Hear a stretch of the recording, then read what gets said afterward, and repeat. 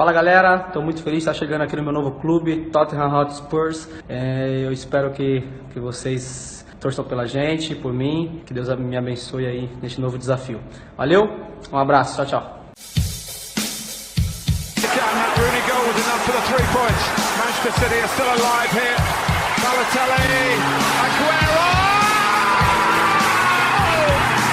Podcast PL Brazil. 2 goals in added time for Manchester City to snatch the title away from Manchester United. Stupendous! The greatest moment I've seen in Premier League football.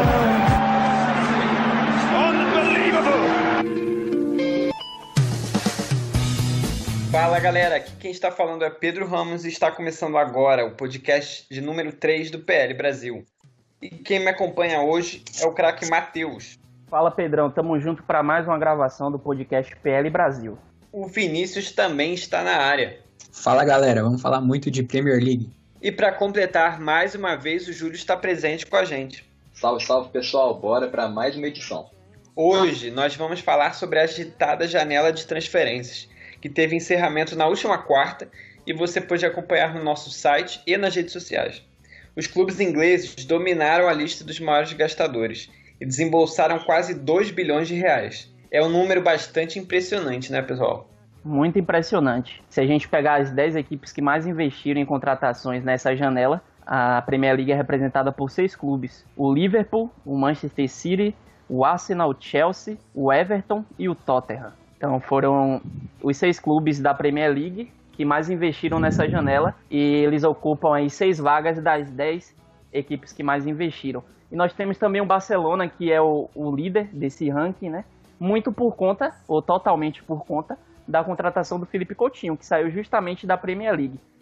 Não é mistério para ninguém que a Premier League é a liga europeia que mais investe e faz movimentar dinheiro entre todas as ligas do mundo. É um número realmente impressionante. Pois é, Matheus, e se a gente levar em conta, né, as 5 grandes ligas europeias de futebol, e aí eu falo de Inglaterra, Espanha, Itália, Alemanha e França, essa foi a janela de inverno mais movimentada, né, em termos de dinheiro, da história do futebol. Foram 911 milhões de euros investidos pelos clubes. E a gente pode acreditar, né, esse feito a 2 fatores. Primeiro, pela transferência do Neymar, né, do Barcelona para o Paris Saint-Germain. Isso causou uma inflação muito grande no mercado de transferências, né, ele que foi contratado a 200 milhões de libras. E o segundo fator foi que alguns negócios não conseguiram ser concretizados na primeira janela de transferências, né, que é a janela de verão. Você citou o Coutinho, o Barcelona tentou contratar o Philippe Coutinho na primeira janela, o Liverpool não liberou só agora, né, nessa de inverno. O Aubameyang, que só chegou agora também no Arsenal, e o próprio Van Dijk, que teve aquele caso de aliciamento, né? O Southampton não quis vender o Van Dijk para o Liverpool naquela ocasião. Então foram negócios que foram se arrastando e apenas se concretizaram agora na janela de inverno. Nós tivemos entre os 10 jogadores mais caros da janela, 6 de equipes da Premier League. Então nós tivemos contratações do Liverpool com o Van Dijk, o Laporte no City, o Aubameyang no Arsenal, o brasileiro Lucas Moura no Tottenham, o André Ayew se juntando ao seu irmão no Swansea e o Theo Walcott no Everton. É realmente, mais uma vez, o domínio da Premier League em mais uma janela de transferências. Interessante, Pedrão, citando de novo o que o Júlio falou, é que a janela de inverno é mais conhecida por reforços pontuais, né? Não é aquele pacotão de reforços que as equipes fazem. Geralmente o time vai no mercado procurar 1 a 2 peças para repor alguma saída ou para qualificar ainda mais o elenco para o restante da temporada, não mais que isso. E a gente viu isso, né? O Liverpool, por exemplo, só trouxe o Van Dijk, o Manchester City só trouxe o Laporte, mas como o Júlio falou, nós vemos muito o efeito Neymar, né? Foram apenas uma contratação em média de cada clube da Premier League, mas um alto valor investido nessas contratações, justamente pelo alto valor pago no Neymar. Então a gente vê aí um mercado bastante inflacionado devido a essa contratação, que foi uma contratação incrível, né? Simplesmente a maior da história. São contratações que eu boto muita fé que não teriam custado tanto, né, se não fosse o Neymar, a transferência do Neymar. Eu acho que os jogadores teriam saído muito mais baratos, né, se não fosse essa transação entre Barcelona e PSG. E o Pedro mesmo disse, né, mais uma vez a Premier League figurando entre nessa lista, né, de contratações caras. Isso se deve muito aos direitos de transmissão de televisão, né? Porque a Premier League é uma liga que cada vez mais se populariza. Então, se a gente tem mais gente assistindo Premier League em diversos países do planeta, isso significa que a liga vai arrecadar, né, mais dinheiro com o direito de transmissão. E a gente bem sabe que essa grana toda é bem dividida aqui na tabela, né, da Premier League. Uma parte dela é dividida igualmente para todos os 20 clubes da elite e a outra parcela é dividida de acordo com a posição da tabela, né? Então, o primeiro, né, o time que ganhar a Premier League vai receber mais, o segundo um pouco menos, o terceiro um pouco menos e assim por diante.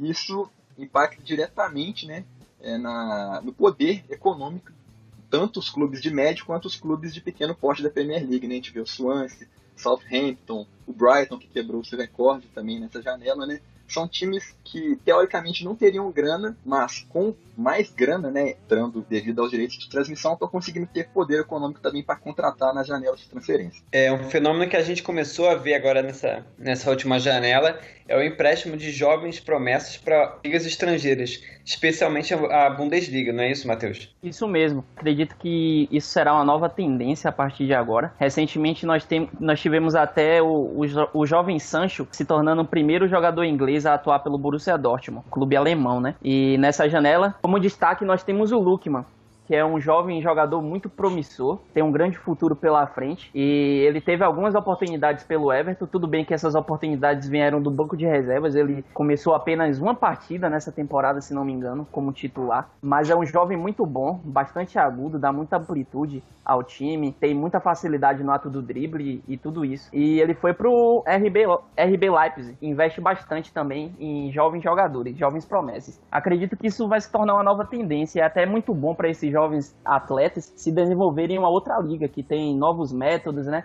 Uma outra filosofia de jogo e tudo isso. Acredito que vai se tornar uma nova tendência e é muito bom também para a Premier League e para esses jovens jogadores. Pois é, Matheus, sair para uma liga diferente, né, absorver um pouco de uma cultura de outro país, assimilar padrões de jogo da Alemanha, por exemplo, né, que foi citado, vai ser muito bom para esses jovens jogadores, né? Não ficar muito preso no futebol disputado lá na Inglaterra, não ficar muito preso no padrão de jogo, né, num estilo de jogo o mesmo para sempre, né? Então, para uma Alemanha da vida, isso vai ser muito bom para a carreira deles.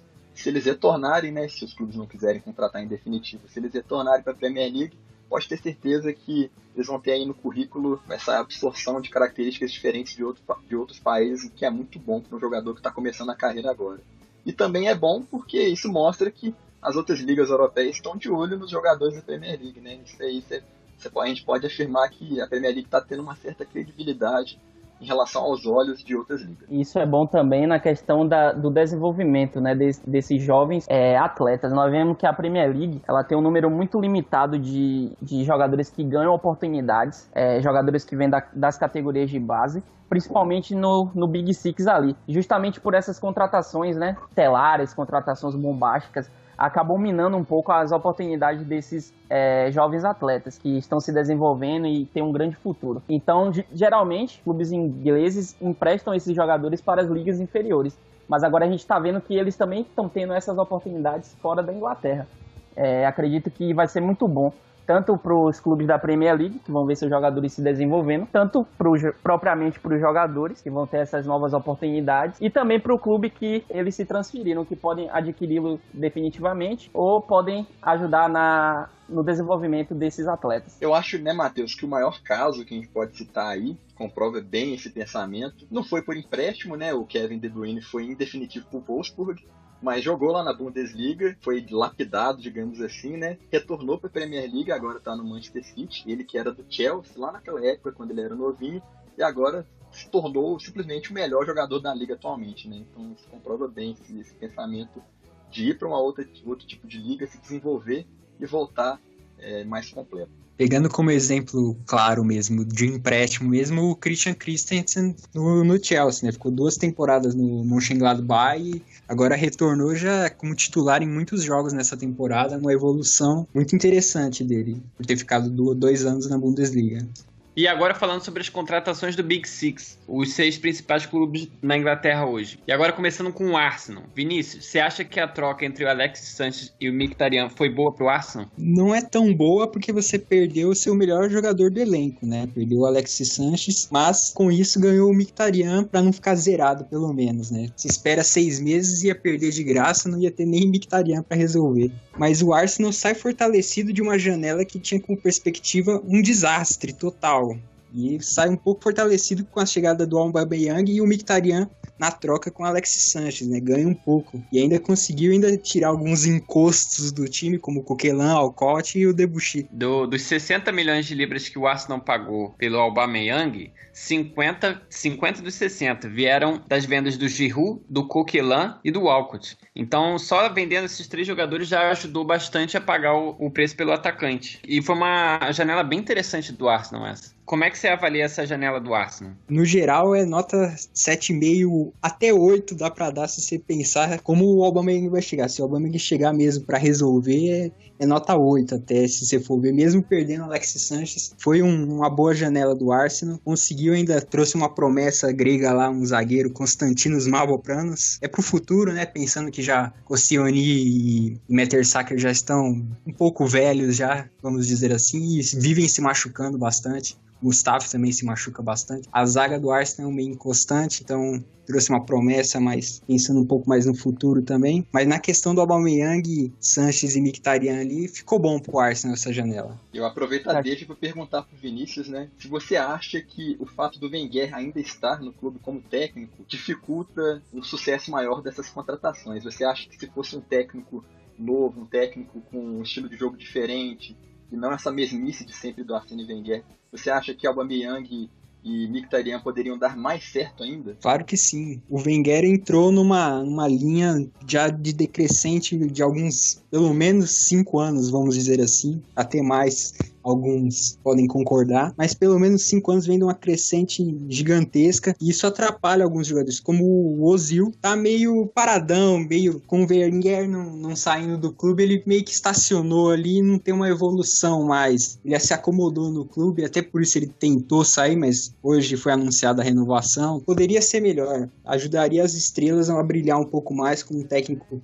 com um esquema de jogo diferente, ou até mesmo propor uma nova ideia também. Como é que você vê o Arsenal daqui pra frente com Mkhitaryan, Ozil, Lacazette e Aubameyang? Dá pra encaixar os 4? Depende muito do esquema. Se o Wenger tentar manter o 3-4-3, eu acho bem difícil. Porque um dos 4, na verdade, teria que se sacrificar jogando um pouco mais atrás, o Ozil mais recuado, ou o Mkhitaryan jogando numa linha de 4 atrás ali, que não favorecia tanto, já que joga com 2 alas abertas, Bellerin, ou Kolasinac, ou Adelaide. Então isso não ajuda muito a equipe. Agora, mudando o esquema, talvez um 4-2-3-1 facilite isso, com o Mkhitaryan aberto, Aubameyang aberto, que também não é muita dele. O Aubameyang se fortaleceu no Borussia Dortmund como centroavante, mas já tem o Lacazette, fica difícil ali. Um 4-4-2 também pode ajudar a equipe a encaixar melhor, até com o Lacazette e Aubameyang mais adiantado, o Mkhitaryan e Ozil na criação ali, né?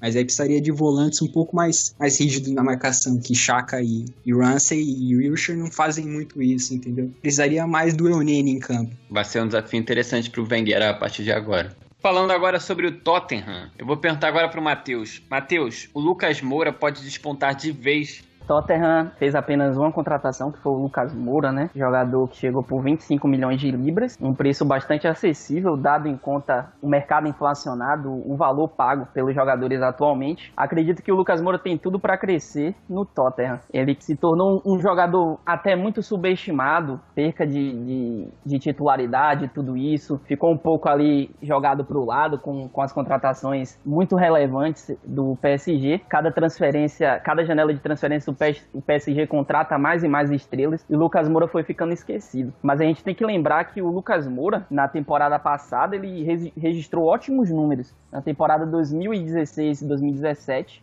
ele atuou 29 vezes como titular, isso falando na Ligue 1, e registrou 12 gols e 5 assistências. Ele foi um jogador muito útil. Cravo a dizer que foi a melhor temporada dele pelo PSG, na minha opinião. E nessa temporada ele perdeu a oportunidade, né? Ele perdeu muitas chances de ser titular, justamente por causa da chegada desses novos jogadores. Ele atuou apenas 5 jogos, todos entrando ao decorrer da partida, nenhum como titular. Marcou apenas um gol. Registra apenas 72 minutos em campo. Então a gente vê como o tempo dele foi reduzido, atuando pelo PSG nessa temporada. Acredito que ele tem uma excelente oportunidade de retornar aquele futebol que a gente conhece do Lucas Moura, né, desde os tempos do São Paulo. Ele é um jogador muito agudo, tem como principais atributos a velocidade, o drible. Ele chuta também muito bem a longa distância, vai facilitar muito a vida do Maurício Pochettino no sentido de dar mais opções ao elenco e fazer essa rotagem também, essa rotação desse elenco, já que o Tottenham continua vivo aí na Champions League, tem a Copa e tem a Premier League também. Então é uma contratação muito boa do Tottenham, mesmo o Lucas Moura sendo tão subestimado assim, e acredito sim que ele vai despontar de vez no Tottenham. E Matheus, você acha que o Lucas tem potencial para ser titular do Tottenham?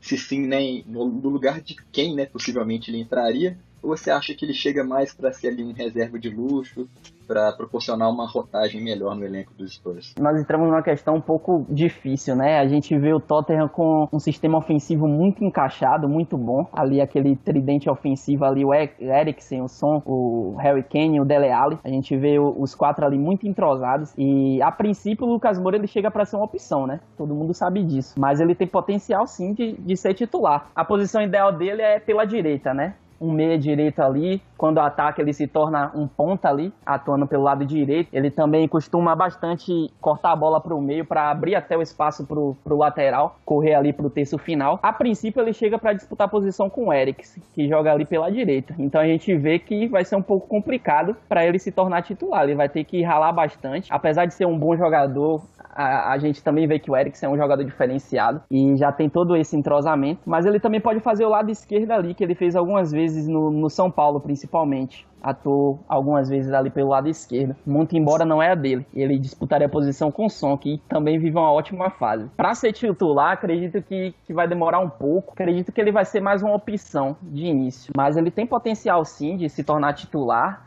até porque os jogadores do Tottenham ali estão muito cobiçados.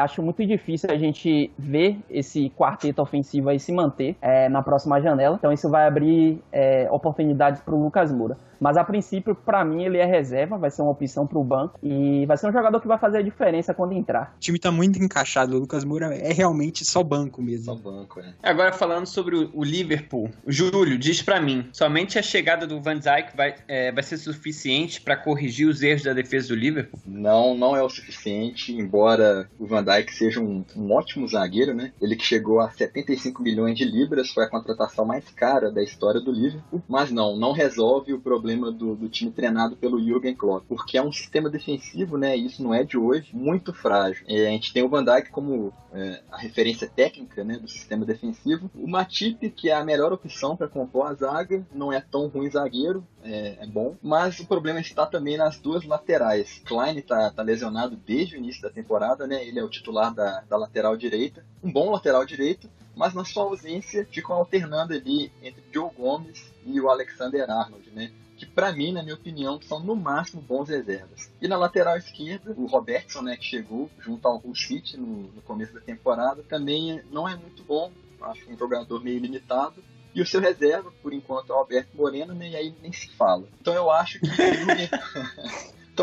que o Jürgen Klopp não conseguiu, né, contratar jogadores para o sistema defensivo por falta de tempo ou por falta de opção também nessa janela de transferências, mas é uma coisa a ser pensado no final dessa temporada da Premier League. E também, né, temos o caso do Philippe Coutinho, que deixou o time, foi para o Barcelona, e o Jürgen Klopp não conseguiu contratar na janela de inverno alguém para ser o substituto, né? A diretoria dos Reds tentou, né, trazer de forma antecipada o Nabil Keita, que já está contratado, está certo, vai chegar na próxima temporada, não conseguiu. Tentou também contratar o Lemar, do Mônaco, também não conseguiu. Então, o substituto do Coutinho realmente vai ficar só para depois. Mas mesmo com a chegada desses dois jogadores, eu acho que isso ainda não é o suficiente, porque Philippe Coutinho é Philippe Coutinho, né? Estava arrasando aqui na Terra da Rainha, era um dos melhores jogadores da sua posição. Vai ser muito difícil conseguir contratar uma peça de reposição à altura. Mas com a grana que recebeu, né, da sua da sua venda, é dever do Liverpool tentar trazer mais 2 ou 3 peças boas ali para o meio de campo, para compor o meio de campo, que hoje é composto por Henry Can, às vezes ou por Milner ou por Wijnaldum, né? E que é um pouco frágil e que precisa de mais reforços pontuais. Júlio, você acha que o Naby Keita é o substituto ideal do Philippe Coutinho? Não, nem de longe. Embora ele seja ótimo jogador, tenha se destacado, né, no RB Leipzig nas últimas 2 temporadas, mas só contratando um jogador top class mesmo para falar, olha, esse é o substituto ideal, né, do Philippe Coutinho. E aí o que me vem à mente é um Marco Reus da vida, jogador que talvez se assemelhasse, né, ao estilo de jogo do Coutinho e também pela técnica. Mas Keita não é o substituto ideal, embora ele seja muito bom jogador. O Jürgen Klopp aí vai ter que gastar uma boa grana para conseguir trazer alguém à altura ou contratar mais de 2 ou 3 peças de reposição, né, para ter um elenco mais forte, sendo que o Liverpool agora voltou, né, com força para as competições europeias. Então eu acho que vai ser difícil repor a altura, mas o Liverpool tem grana, tem caixa e é dever contratar algumas peças de reposição boas para poder dar mais rodagem ao elenco dos Reds. Nós tivemos uma saída temporária de um jogador que já foi bastante importante para o Liverpool, que é o Daniel Sturridge. Foi emprestado até o final dessa temporada para o West Bromwich. Como é que você avalia essa saída dele? Tudo bem que é temporária, mas é ele buscando espaço pensando em Copa do Mundo? O Liverpool fez certo? Foi um negócio muito bom para ambas as equipes, né? Para o West Bromwich, pelo fato do Daniel Sturridge chegar, né, para concorrer e disputar a vaga com o centroavante da equipe, que é o Salomon Rondon, que é o titular de hoje, né? E para o Liverpool também, porque o Sturridge estava sem espaço, o Roberto Firmino é o centroavante titular da equipe, e sem falar também que o inglês sofre com muitas lesões, né? Eu acho que isso é o grande ponto da carreira dele. Ele se destacou muito bem naquela época, quando ele fazia a dupla de ataque com o Suárez, conseguiu ter uma temporada livre de lesões, e a gente viu que ele realmente é um ótimo centroavante que tem potencial, mas perdeu o ritmo de jogo com as constantes lesões, né? Então vai ser bom para ele sim respirar novos ares e para uma outra equipe, onde ele vai ter mais chances, né, de acumular minutos de jogo e conseguir mais tempo de jogo também e, quem sabe, né, voltar à boa fase de outrora. Falando agora do Chelsea, nós tivemos um reforço que já até estreou, já jogou, já sofreu com a corneta do técnico, que é o Ross Barkley, que deixou o Everton para se juntar aos Blues. Como é que você vê essa chegada, Vini? O Barkley é um reforço pontual, ele pode ajudar bastante. Como é que você vê a chegada dele? O Barkley pode ser muito útil na equipe. O Chelsea tem um elenco bem limitado, vamos dizer assim. Vai ser um bom reserva pro Fábricas dar uma rodagem, ajudar ele durante o final da temporada agora, mas o problema é o condicionamento físico dele, né? Foram 6 meses sem jogar nenhuma partida, ficou lesionado bom tempo, só voltou a treinar no final de novembro. É complicado um pouco, mas o Chelsea precisava de mais opções no banco. Eu acho até que algumas saídas foram erradas, vamos dizer assim, como o do Kennedy e do Musonda, que o Chelsea não tem um elenco tão grande assim para emprestar jogadores. Essa saída do Kennedy, o Chelsea só liberou o Kennedy para o Newcastle porque conseguiu fechar com o brasileiro Emerson Palmieri, que veio da Roma. Ele só aceitou liberar o brasileiro porque queria ter uma outra opção ali pelo lado esquerdo. Como é que você vê essa chegada de mais um jogador do futebol italiano na Premier League? E um brasileiro, claro. Brasileiro. Até certo ponto desconhecido aqui no Brasil um pouco. Jogou pouco tempo no Santos e foi vendido para o Palermo. Aí cresceu e foi para Roma. Mas Antônio Conte conhece muito bem a Série A. Venceu diversas vezes o campeonato lá com a Juventus. Trazendo bons jogadores lá. Trouxe o Marcos Alonso da Fiorentina, o Zaba Costa. E agora o Emerson Palmieri. Mais um jogador de ala. Jogou na Série A. Ele pode dar muito certo, mas ele vai ser um reserva do Marcos Alonso que vem em grande fase. Excepcional fase. Vem mesmo. Foi mais para repor o Kennedy, que não é tão favorável a jogar na ala. Ele prefere jogar mais no ataque, mas no Chelsea eles veriam ele como um ala. E nós tivemos também esse troca-troca entre Arsenal, Borussia Dortmund e Chelsea. Então o Batshuayi foi emprestado ao Borussia Dortmund até o final da temporada. Com isso chegou o Giroud do Arsenal. O que o Chelsea ganha e perde com esse troca-troca?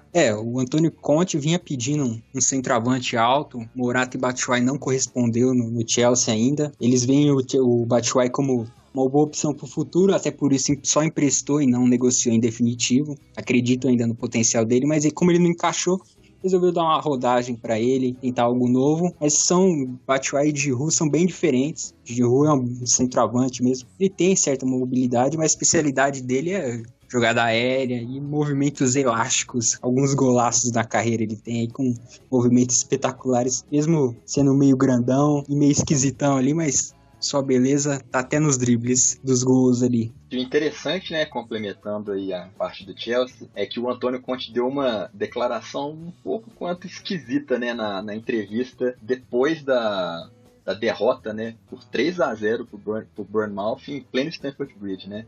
O João Castelo Branco, jornalista e correspondente internacional da ESPN Brasil, perguntou para ele se os jogadores contratados nessa janela vão agregar alguma coisa para o elenco. E o Antônio Conte disse, simplesmente, não sei, eles ainda vão ter que provar alguma coisa. Então isso diz muito respeito sobre, tanto para mim quanto para o Antônio Conte também, né? Que essa não foi uma janela de transferência de inverno muito boa para o Chelsea. Porque, embora o Giroud seja um bom centroavante, né? Joga ali, constantemente convocado para a seleção francesa, ficou conhecido por alguns gols importantes no Arsenal, eu acho que ele não é o centroavante ideal, né? Acho que todo mundo concorda comigo aqui, para a vaga de atacante no Chelsea. Então, o Antônio Conte claramente insatisfeito com o trabalho da diretoria nessa janela de transferências e que isso pode também causar muito atrito e ocasionar também uma possível saída dele, né? Ele que chegou, foi campeão da Premier League com o Chelsea logo na sua primeira temporada, isso seria meio que ruim para o Chelsea, né? Porque ele é um bom técnico,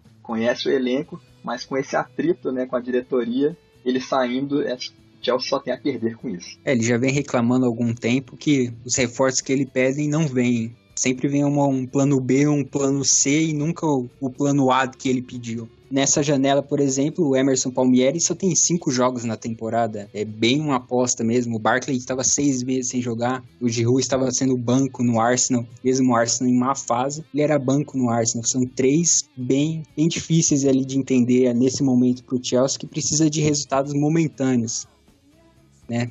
Morata e Batshuayi não encaixaram.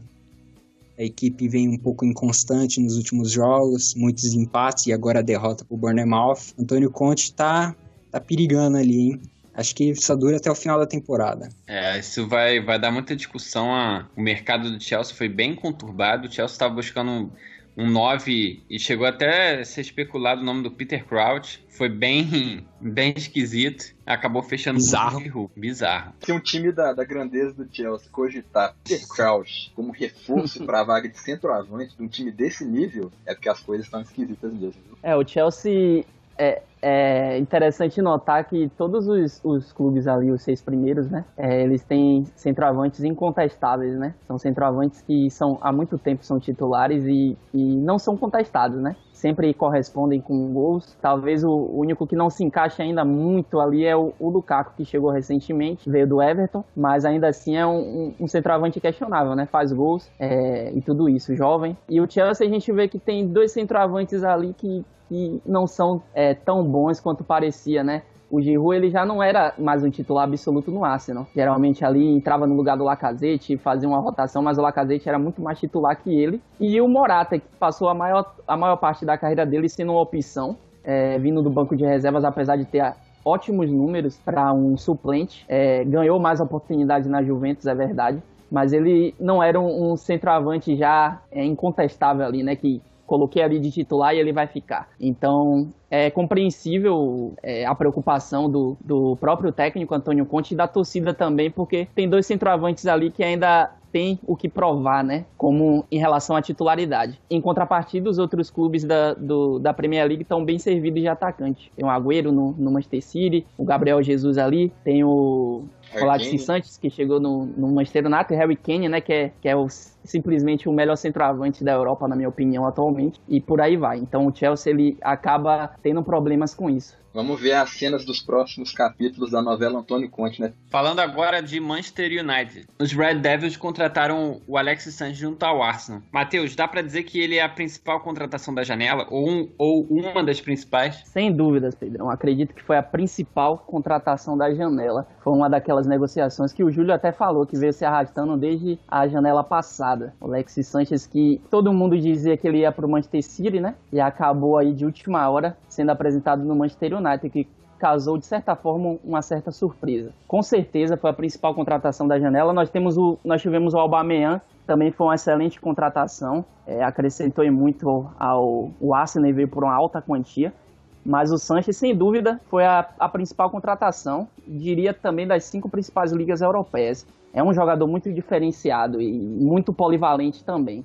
É inquestionável a qualidade técnica e a determinação, né? Muito pelo fato dele ser sul-americano também, é um jogador muito raçudo, que se entrega bastante em campo e sem deixar de lado a técnica, né? É um jogador que é inquestionável na Premier League, pelos números, pelo desempenho, e foi a principal contratação, sim. E ele que estava insatisfeito, né, Matheus, no Arsenal já há algum tempo. Vai ser bom também, né, ir para um outro clube, respirar novos ares e continuar a boa forma de sempre aqui, desde que chegou à Premier League, né? O Sanches já estava há muito tempo com a relação desgastada no Arsenal, né? Acredito eu que muito em conta da inofensividade da equipe em disputar títulos. O Arsenal sempre ali buscando uma vaga para a Champions League, mas não consegue há muito tempo disputar um título inglês. E o Sanches, ele é um jogador vencedor, né? Ele quer disputar títulos, é um jogador diferenciado. Na minha opinião, ele fez certo, né? A torcida do Arsenal ficou um pouco triste, era o principal jogador ao lado do Ozil, mas o Sanches agora tem novos desafios. Vem para o Manchester United, que é uma equipe muito melhor atualmente, vivo na Champions League, tudo isso vai fazer uma grande metade de temporada, na minha opinião. Qual é a melhor posição que você vê para ele hoje? Olha, ele é muito polivalente, né? Como eu falei. Atualmente no Arsenal ele estava jogando ali pela ponta esquerda, era a função dele atualmente no Arsenal, antes de ser transferido. E parece que o Mourinho vai utilizar ele dessa forma ali pela ponta esquerda, como fez no último jogo do Manchester United contra o Tottenham. Ele fez ali o tridente ofensivo com o Lingard e o Martial. Muito embora esses jogadores eles sejam bastante rotativos ali. Mas o Sanches dá uma infinidade de opções para o Mourinho, né? Ele pode atuar ali pela meia direita, no 4-2-3-1. No caso, quem sairia era o Juan Mata ali, perderia a posição. Ele pode atuar pela meia ponta esquerda, como o Mourinho fez recentemente. Na Udinese, ele jogou como um centroavante imóvel, ao lado do Di Natale. O Mourinho gosta também de jogar num esquema de 3 zagueiros, principalmente contra clubes maiores, né? Ele pode atuar ali também como um centroavante ao lado de Lukaku, sendo mais móvel, né? Também pode atuar como o ponta direito, função que ele desempenhou também no Barcelona. Ele conseguiu render em todas essas posições, né? Mas a dele mesmo ali é pela ponta esquerda. Me parece que o Mourinho vai utilizar ele daquela forma ali. Você acha que o Rashford e Martial perdem espaço com a chegada do Sanches? O Lingard também? Olha, é inquestionável que o Sanches, ele é um jogador muito acima desses que vocês citaram, né? Desses que você citou. Mas o Lingard, o Martial, o Rashford são jovens, né? E de muito potencial. Mas eles perdem espaço sim. O Sanches não veio para ser reserva. E o Mourinho vai ter que achar uma posição para ele ali. Alguém vai perder uma vaga, né? Acredito que o Juan Mata deve permanecer na equipe. Então, um desses aí vai ter que sair para o Sanches se encaixar aí nesse time. Continuando na cidade de Manchester, mas indo agora para o lado azul. Nós tivemos mais uma janela de transferências com o Manchester City, mais uma vez fazendo uma contratação de grande impacto financeiro. Não é isso, Júlio? Exatamente, Pedrão. O Manchester City contratou o zagueiro Laporte, né, junto ao Atlético de Bilbao, pela quantia de 57 milhões de libras, né? Foi o recorde em transferência do Manchester City. Em segundo lugar, Kevin De Bruyne com 55 milhões. Em terceiro, o Mendy, pelo valor de 52. Em quarto, o Kyle Walker, né, que veio do Tottenham por 50 milhões. E em quinto lugar, o Sterling por 49 milhões. O Laporte encaixa como uma luva no esquema do Pep Guardiola, por 2 motivos. Um, por ser um zagueiro canhoto, né? Ele vai compor ali a zaga, se jogando com 2 zagueiros, com o Otamendi que é destro, né? Então você tendo um jogador, um zagueiro canhoto jogando pela esquerda, é muito bom, né, para um esquema defensivo. E também por ser um zagueiro muito técnico, com um passe muito refinado, né? Quem acompanhava a La Liga pode ver que isso era verdade, porque se a gente pegar os números de 2017/18 no Atlético de Bilbao, são 19 partidas, ele tem uma assistência, por incrível que pareça, um zagueiro com assistência, e também com 7.4 lançamentos longos certos por jogo. Então são números que comprovam a grande qualidade técnica do Laporte, né? Vai se encaixar muito bem no esquema do Pep Guardiola. E só para curiosidade, né? Guardiola, quando chegou ao Manchester City, ele não tinha ao seu dispor muitos jogadores de sistema defensivo bom, né, bons para poder compor a parte de trás. Então foram, desde que ele chegou, 272 milhões de libras investidos em defensores. O Mendy chegou a 52 milhões de libras, o Walker a 50, o Ederson, goleiro brasileiro, a 36, o Danilo, lateral direito, a 27 milhões e o jovem Stones por 50 milhões. Então são jogadores, né, defensivos que chegaram para arrumar ali a parte de trás, que era um problema da equipe do Pep Guardiola. Porque quando ele chegou, a parte ali da frente, né, o ataque, a parte ofensiva já estava muito bem servida. Com Agüero, com Sterling, com Davi Silva, Kevin De Bruyne, são jogadores de meio para frente que dão conta do recado, né? Então faltava só ali arrumar atrás. Os resultados estão aí, né? Líder absoluto da Premier League, incontestável, e que deve levantar o caneco ao fim da temporada. E isso quebra muito aquele mito que nós ouvimos bastante, de que o Guardiola é um técnico muito ofensivo, né? Que se preocupa apenas com a equipe atacar. E nós vemos ele gastar tanto dinheiro no sistema defensivo. Então, cada vez mais surge essa ideia de que o Guardiola tem essa preocupação de começar a atacar a partir da sua defesa. Não simplesmente fazer contratar bastante jogadores ali ofensivos com qualidade e deixar a defesa ali capengando, né? É que nem muitos dizem, né, Matheus, que o melhor ataque é a defesa. Se a gente pegar os 5 titulares, né, do sistema defensivo do Pep Guardiola, a gente tem uma dupla de zaga formada por Otamendi e agora com Laporte, Kyle Walker na lateral direita, que para mim, se não é o melhor, é o segundo melhor lateral direito da competição, e o Mendy, né, que embora esteja lesionado há um grande tempo, é um lateral esquerdo de muito futuro, né, muito bom